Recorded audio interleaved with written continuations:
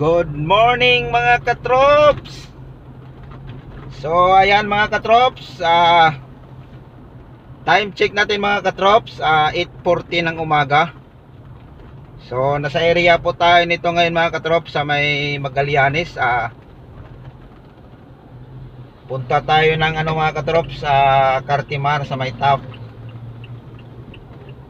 So yung guest natin kanina mga katrops, ang biyahe natin ito, last week pa to nagpaano sa akin mga katrops, nagpa advance ng booking kasi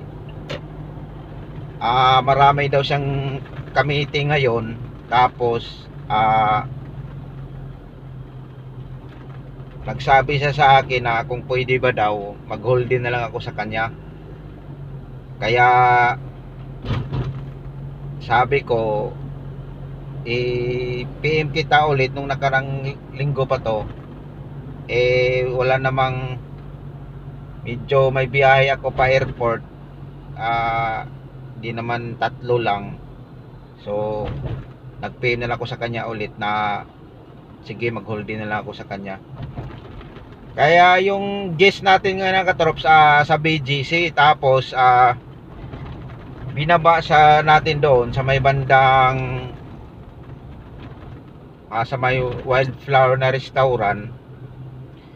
Kung natandaan nyo yung dating may doon na Mini Cooper na mga sasakyan doon yung tapat doon sa may Coffee Bean. So nandun siya ngayon, binaba natin kasi may meeting. Tapos nakisuyo siya sa atin ulit sabang may meeting siya. Pupunta tayo ng Cartimar. May bibilhin lang tayo doon. Tapos balikan natin yung guest natin na may nandun siya na may meeting ngayon. Tapos ay sunod lipat na naman ulit ng meeting. Kaya sabi niya na nung last week na kung pwede ba hold din na lang ako sa kanya mag-drive. Kaya yun, wala tayong airport ngayon, wala tayong ibang biyahe, sa kanya lang dahil parang nirintahan na lang niya yung sasakyan. Huli po tayo ngayon. So ang nangyari nito, hindi ko pa alam kung saan yung lakad nito pagkatapos yung meeting niya. So nasa area pa tayo dito ng Pasay kasi pupunta tayo ng Cartimar. Mayroon tayong pipick upin doon sa Cartimar, tapos balikan natin yun doon. So ayan na mga trops yung biyahe natin. Isang guest lang to, nakiusap lang to. Mayroon pa akong i-update isa mga katrops.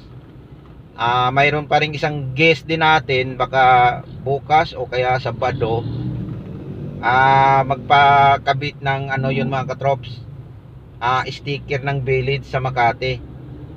So yan yung abangan nyo mga katrops, dahil makikita nyo kung anong sasakyan ang ipapa-sticker niya. Nakisuyo lang to sa akin kasi yung guest nito lagi itong magpahatid sa akin sa airport. Parang may tiwala na siguro sa akin na nagpaano lang ang sasakyan niya.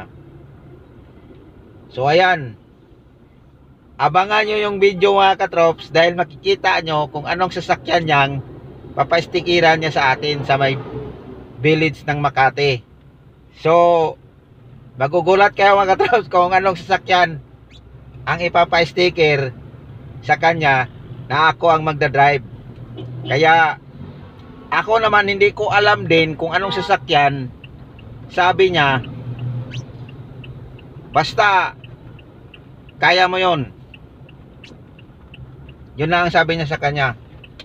So ako na-excited ako mga katrops, dahil baka di ko alam kung Lamborghini, Ferrari, ano pa ba yung mga sports car.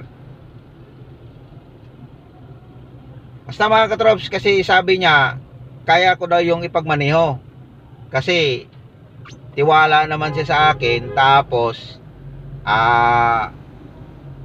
nakikita din naman niya yung pagdadrive ko. Kaya Yan ang sabi niya. Kasi tinanong ko kasi siya mga katrops na ano bang sasakyan na papaistikin mo sa ano, sa Makati Village. Sabi niya, binilin ko na doon kasi ngayon mga katrops sa ibang bansa, saya yung hinatid ko nung nakarang ano, siguro mga 3 days ngayon o 4 days bang, na ba ngayon, nasa ibang bansa pa siya. Sabi niya sa akin, sana pagbalik niya gagamitin niya yung sasakyan, sana daw malagyan na ng sticker. Kaya nung tinanong ko siya na anong sasakyan, sabi niya, hindi siya nagsabi kung ano. Di, ang sagot na niya sa akin, sabi niya, may tiwala naman ako sa iyo at alam ko kaya mo 'yon. Basta punta ka lang sa bahay.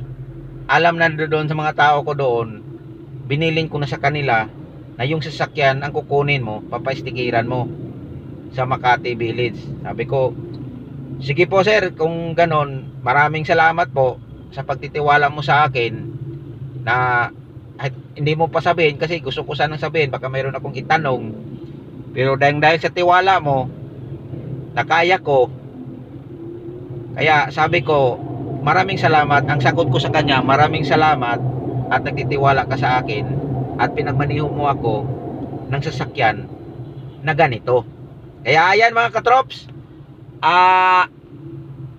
abangan nyo yun mga katrops, kasi ako mga katrops, na excited din ako mga katrops kung ano ba talaga yung sasakyan yun, kasi 4 o 5 beses ko binanggit niya ulit ang sagot niya, kasi sabi ko, sir, ano ba talagang sasakyan yun? Sabi niya, hindi talaga siya hindi siya nagsabi kung anong sasakyan. Kaya ako napag-isip ko na ano kayong sasakyan, kaya ko kayong ipagmaneho o ano ba yun? Ang sagot lang niya mga trops, kaya mo yan, may tiwala ako sa iyo, palagyan mo yan ng sticker. Kaya ako na-excite ako kung anong gagawin ko, kung anong sasakyan yon. Kaya mga katrops, abangan mo yung video yun mga katrops, palagyan natin yun ng sticker, makikita nyo yan. Kaya mga katrops, nandito na pala ako ngayon mga katrops sa may Cartimar banda. Hanggang dito muna yung video ko mga katrops, kasi tawagan ko muna yung tao na makipag-meet sa akin, na may ibibigay sa akin dun sa may Cartimar. Kasi tinawagan na pala yung guest natin, yung nandun sa BGC, at binigyan niya yung number para pagdating ko doon, magkita kami, ibibigay nila sa akin, tapos babalikan natin yung guest natin nandun sa BGC. Ay mga katrops, so hanggang dito mo na lang yung video ko mga katrops. Ulitin ko mga katrops, abangan mo yung video ko na pagkabitan natin ng sticker sa guest kung anong sasakyan yon. Ako na-excite ako mga katrops, na hindi ko alam kaya ko ba yun o hindi, basta wala siyang sinabi kung anong sasakyan. Kaya ingat-ingat po tayo mga katrops. Ulitin ko, God bless sa ating lahat. Ingat tayo lagi sa pagmamaneho para sa ating pamilya.